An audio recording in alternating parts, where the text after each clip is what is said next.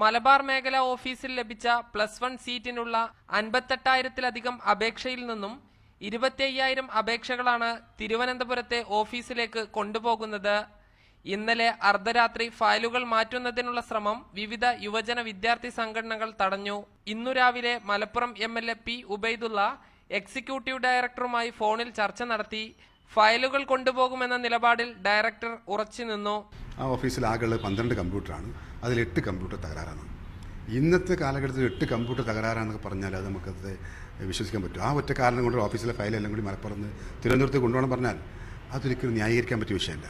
ഈ വർഷം തിരുവനന്തപുരത്തുള്ള ഹെഡ് ഓഫീസിൽ +1 സീറ്റിനായി 22,000-ൽ താഴെ അപേക്ഷകളാണ് ലഭിച്ചത്.